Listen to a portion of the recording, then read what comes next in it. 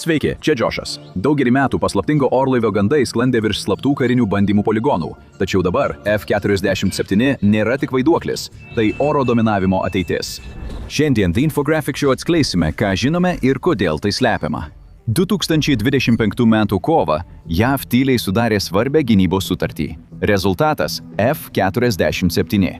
Tai ne tik F-22 Raptor pamaina, o svarbiausia naujosios oro dominavimo programos dalis, galinti tai, ko nesugeba 5. kartos naikintuvai. Oro pajėgos planuoja įsigyti bent 185 tokius lėktuvus. Į jų kūrimą jau investuota daugiau nei $20 milijardų. Kas šį naikintuvą paverčia revoliuciniu? Pirmiausia, greitis. F-47 viršija Mach 2, tai daugiau nei 1500 mylių per valandą. Nors tikslus greitis įslaptintas, kai kurie teigia, kad jis gali būti iki Mach 2,25, daugiau nei 1700 mylių per valandą. Tačiau tai tik tai dar ne viskas. Šis naikintuvas be papildomo kuro gali nuskristi daugiau nei 1000 jūrmylių į kovą. Tai didelis pajėgumų pokytis. Tai reiškia, kad F-47 gali giliai įsiskverbti į priešišką teritoriją ir ten išbūti valandas. Tai ypač svarbu ramiajame vandenyne, kur kovos zonos atskirtos 1000 mylių besitęsiančiais vandenynais. Pats orlaivis daug didesnis už daugumą įprastų naikintuvų. Jis naudoja tvirtus, bet lengvus anglies pluošto kompozitus, stipresnius už plieną. Dėl papildomo stiprumo ir mažesnio svorio F-47 gali pasiimti daugiau kuro nei ankstesni naikintuvai, todėl kovoja toliau ir ilgiau. Jūs nepatikėsite, kiek toli jis gali nuskristi be sustojimo. Daugumai 5. kartos naikintuvų reikia kelis kartus papildyti degalus panašaus nuotolio misijoms. F-47 ištvermė leidžia jam patruliuoti didžiuliuose vandenyno plotuose, skraidyti ratu virš priešo laivynų ar išbūti virš svarbių vietų valandas, niekada nereikalaujant kuro papildymo. Tai suteikia jam dar neregėto lankstumo. Įsivaizduokite F-47, kuris giliai įsiskverbia į ramųjį vandenyną. Degalų bakas vis dar pilnas, o Kinijos 5. kartos naikintuvas J-20 jau skaičiuoja kelionę namo. Ilgo nuotolio kovos lauke ištvermė nėra tik pranašumas, tai dominavimas. O kai tą nuotolį sujungiate su stulbinančiu greičiu, tai ne tik atrodo įspūdingai, tai keičia karo taisyklės. Greitis – ne tik skaičius, o ginklas. Proveržys varikliuose. F-47 naudoja 3 srautų sistemą, galinčią persikonfigūruoti skrydžio metu. Vienu režimu jis suteikia didžiulę trauką maksimaliam greičiui, kitu persijungia į ekonomiškesnį režimą ir leidžia skristi toliau. Iš esmės tai 2 varikliai viename.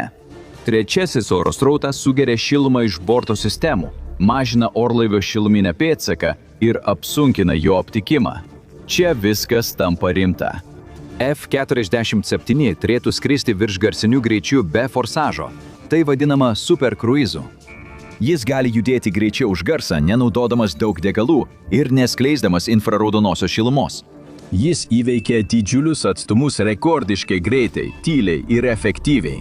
Bandomieji modeliai skraido nuo 2020-ųjų. Pirmas oficialus skrydis 2028-aisiais, o pilnas kovinis pasirengimas ankstyvaisiais 2030-aisiais. Tai ne tik greita, bet ir nauja grėsmė. Super Cruise F-47 suteikia operacinį netikėtumą. Tokiose situacijose kaip operacijos Ramiojo vandenyno salose ar atsako į reidus Europoje misijos, jis galėtų pasiekti ginčijamą zoną anksčiau, nei priešas spės sureaguoti. Tas greitis kartu su ištverme sukuria visiškai naujo tipo grėsmę, tokią, kuri yra beveik nepasiekiama nuo pat jos pasirodymo momento. Būti nematomu – ne tik triukas, tai išlikimas. F-47 Stealth keičia kovą dar prieš pirmą šūvį. Jis sukurtas išlikti ten, kur kiti naikintuvai negali priartėti. Jis aukoja senojo stiliaus oro mūšio gebėjimus vardan nuotolio ir nematomumo. Gali ilgai laukti virš taikinio tobulo momento smūgiui. Kabina primena vaizdo žaidimą. Didelis ekranas rodo viską 100 mylių atstumu, o kompiuteris greitai priima sprendimus, leidžiant pilotui susitelkti į užduotį. Šis lėktuvas daug tvirtesnis nei kiti. Jo fiuzeliažas atlaiko posūkius, kurių net laikytų įprasti naikintuvai. Kompiuteris nuolat koreguoja judesius, užtikrindamas tikslų skrydį. Tai pažangiausia sukurta skraidanti mašina. JAV kariuomenė su F-47 rizikuoja viskuo, siektama valdyti dangų kitus 50 metų. Šis lėktuvas daugiau nei ginklas, tai pareiškimas. Kiekvienas varžtas, kiekviena kodo eilutė, kiekviena sistema, visa tai sukurta tam, kad dangus išliktų kontroliuojamas. Amerikos galia čia absoliuti, o slaptumo technologija neregėta pasaulyje. Kariuomenė tai vadina slaptumu. F-47 padengtas pažangiomis dirbtinėmis medžiagomis, sugeriančiomis radarų signalus ir mažinančiomis radarų atspindžio plotą. Lėktuvas turės sumažintą infraraudonųjų spindulių pėdsaką ir bus beveik nematomas šilumos jutikliams. Kabinos stiklas padengtas metalo sluoksniu, kad išliktų paslėptas. Nėra aštrių briaunų atspindinčių radarą. Visos linijos ir kreivės sukurtos būti nematomos priešo radaro operatoriui. Ekranas tuščias, nėra signalo, taško ar įspėjimo. F-47 pėdsakas net mažesnis už F-22 pėdsaką, kuris jau mažesnis už stiklinį rutuliuką. Net geriausi radarai sunkiai aptiktų tokį mažą objektą iš toli. Priešas nieko nepastebės, nors ir nuolat tikrins dangų. Kiti naikintuvai ekrane matomi kaip taškai, bet F-47 iš esmės neegzistuoja.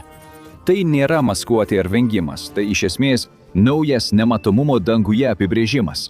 Ir tai ne tik slaptumas, jis mato viską. Karštis dažnai išduoda, bet F-47 tai jau sprendė. Aukštųjų technologijų sistemos atvėsina variklio išmetamasias dujas dar prieš joms išeinant pro purkštukus. Todėl šilumos pėdsakas yra mažesnis nei F-22, o dar turi ir signalo slopintuvą, galintį klaidinti priešo signalus. Jei radaras bando aptikti, lėktuvas siunčia klaidingus signalus, kad atrodytų kitoje vietoje. Kalbant apie ugnies galią, slaptumas yra pirmoje vietoje. Gandai teigia, kad F-47 galėtų turėti iki 12 oro-oras raketų vidiniuose ginkluotės skyriuose, kas yra labai svarbu. Raketos ant sparnų padarytų jį lengvai matomų radarui. Borto kompiuteris analizuoja jutiklių duomenis ir suteikia naikintuvui 360 laipsnių matomumą 100 mylių spinduliu. Jis vienu metu seka 10 taikinių, neišduodamas savo padėties.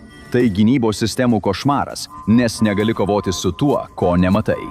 Be maskuotės ir greičio F-47 sistemos iš naujo apibrėžė situacinį suvokimą.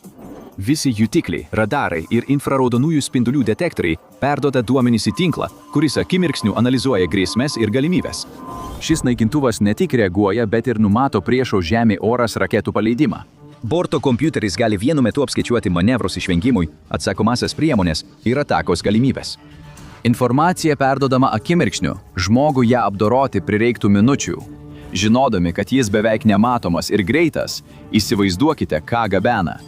Tai ne tik naikintuvas, tai vieno žmogaus armija. Pagrindinis ginklas oro kovoms yra AIM-260 raketa.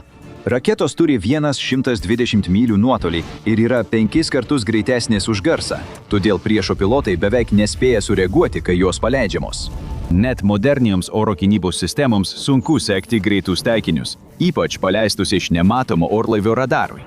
F-47 gabena ilgo nuotolio raketas, galinčias tiksliai smogti svarbiems taikiniams, bunkeriams, vadavietėms ar šarvuotoms kolonoms už priešo gynybos ribų.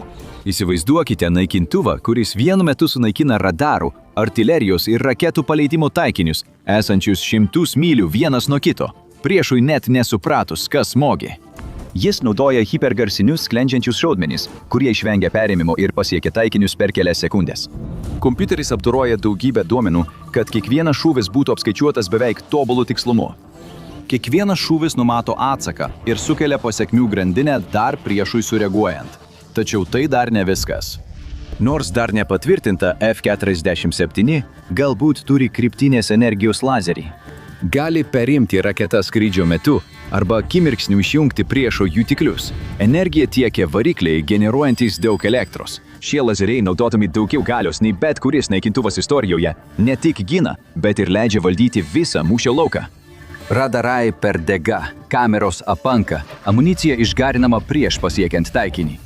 Vienas F-47 gali paversti ginamą aerodromą bevertiu, nepaleisdamas ne vieno tradicinio šūvio. Jei reikia didesnio nuotolio ar galingesnės ugnies, jis tai gali, jo vidiniai skyriai moduliniai. Šis prisitaikomumas leidžia F-47 atlikti įvairias misijas, nuo greito perėmimo iki koncentruotų smūgių giliai už priešo linijų. Kiekvienas orlaivis iš esmės yra individuali misijos platforma, kuri keičiama ir perkalibruojama priklausomai nuo užduoties. Dėl tokios galios F-47 yra viena slapčiausių programų istorijoje. Tai skraidanti vadavietė, o ne tik lėktuvas. Visi ginklai prijungti prie tinklo, kuris pilotui tiksliai nurodo, kada šaudyti geriausiam rezultatui. Priešo naikintuvas niekada nepriartės tiek, kad pamatytų artėjantį pavojų. Tai mirtiniausia kada nors sukurta skraidanti mašina, sukurta taip, kad ne vienas priešo naikintuvas nepriartėtų tiek, jog galėtų ją pamatyti. Kariniai vadovai supranta, kad atskleidus visas galimybės, oro pajėgų balansas gali visam laikui pasikeisti. Kiekvienas bandomasis skrydis, nauja funkcija ir apsaugota detalė. Nutekėjimai reti, o informacija dažnai keleriais metais atsilieka nuo to, ką iš tikrųjų gali šis naikintuvas. F-47 jau įrodė, kokią grėsmę kelia vienas. Įsivaizduokite nesustabdomą spiečių. Naudojant pažangės sistemas, vienas pilotas gali realių laikų iš kabinos valdyti grupę bepiločių vedinių. Piloto judesiai perdodami 10 autonominių orlaivių, tad vienas naikintuvas veikia kaip eskadrilė. Šie dronai, tokie kaip Valkyrie, turi savo jutiklius ir raketas. Jie gali žvalgyti priešais F-47, sužymėti priešo pozicijas ir nustatyti pažeidžiamiausius taikinius dar prieš atvykstant naikintuvui. Jie gali būti masalai, nukreipdami priešo ugnį nuo piloto arba savarankiškai atakuoti taikinius. Borto kompiuteris koordinuoja skrydį, taikymąsi ir raketų paleidimą, leisdamas pilotui sutelkti dėmesį į strategiją, komandas ir veiksmų laiką. Dronai pigesni už naikintuvus, todėl kariuomenė pasirengusi juos paaukoti pergalei pasiekti. Dronai be piloto gali rizikuoti taip, kaip žmogus neišgyventų. Saugus ryšys realių laikų perduoda informaciją F-47 pilotui, suteikdamas visą mūšio lauko vaizdą. Kiekvienas dronas padidina F-47 informacijos ir ugnies galią, keleriopai padidindamas efektyvumą. Priešas galėtų įveikti 1 ar 2 naikintuvus, tačiau dronų spiečiaus puolimas iš visų pusių – visiškai kitoks mūšis. F-47 veikia kaip visos misijos smegenys, tiksliai koordinuodamas kiekvieną veiksmą. Džeme netgi įdiegta save taisanti programinė sistema, galinti pataisyti savo kodą, jei būtų patirta kibernetinė ataka. Tačiau šis teiginys visiškai nepatvirtintas. Tai užtikrina, kad ryšys su visais dronais išliktų saugus ir nenutrūkstamas, kol priešas sutelkia dėmesį į dronų numušimą. F-47 jau manevruoja lemiamam smūgiui. Visi judesiai ir atakos atliekami itin tiksliai. Vienas pilotas ir naikintuvas dabar valdo visą pajėgą, baigiančią oro dvikovas, kaip jas pažįstame. Tai grėsminga realybė šalims konkuruojančioms su JAV oro technologijomis. F-47 vieną pilotą paverčia galinga jėga. Dar baisiau, kai pamatai, kaip viskas prasidėjo. F-47 turi ilgą istoriją, kuri siekia daugelį metų ir ilgą laiką buvo slepiama slaptų bandymų programų šešėlyje, pranešė stebėtojai.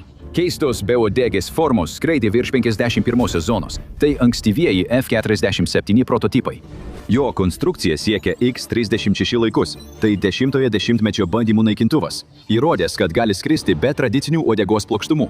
Pašalinus uodegos plokštumas, orlaivis tapo sunkiau aptinkamas radarų iš šono. Šį principą F-47 pavertė mirtinu, visiškai parengtų ginklu. Slaptas F-47 kūrimas JAV suteikė nepasiekiamą pranašumą. Kariniai pareigūnai daugelį metų slėpė šią programą, įgydami technologinį pranašumą, kol kiti nežinojo apie reaktyvinio lėktuvo galimybę. Varžovų šalys suprato, kad slaptumas ir manevringumas ne tik koncepcija. JAV jau skraidė, testavo ir tobulino F-47 sistemas, o ši slapta istorija yra daugiau nei paprastas pasakojimas. Perspėjimas, jei priešas nemato, negali ir sustabdyti. F-47 sukurtas šiam pranašumui išnaudoti. Net ir šiandien dauguma to lieka paslaptimi. 90% F-47 programos vis dar yra įslaptinta. Apie tai visuomenė sužinojo tik iš kelių oficialių pareiškimų ir nutekintos nuotraukos, vėliau pripažintos smarkiai redaguota. Kariniai pareigūnai nori, kad pasaulis žinotų apie šį naikintuvą, tačiau jie kruopščiai saugo informaciją apie tai, kaip jis iš tikrųjų veikia. F-47 kainuoja nuo 300 iki 400 milijonų dolerių. Kariuomenė sako, kad jis vertas kiekvieno cento. F-47 – ne tik technologinis stebuklas, bet ir ketinimų pareiškimas, rodantis kariuomenės ryžtą valdyti dangų. Ir tai užsimena apie ateitį, kurioje pilotams galbūt net nereikės sėdėti kabinoje. Šiuo metu tai yra pažangiausia ir paslaptingiausia, kada nors skraidyti sukurta mašina. Vos keli žmonės žino visą tiesą apie naikintuvą ir griežtai ją saugo. F-47 kantriai laukia, tylus grobuonis pasiruošęs užvaldyti dangų ir iš naujo apibrėžti oro mūšį. Peržiūrėkite 50 neįtikėtinų naikintuvų faktų arba spustelėkite šį vaizdo įrašą.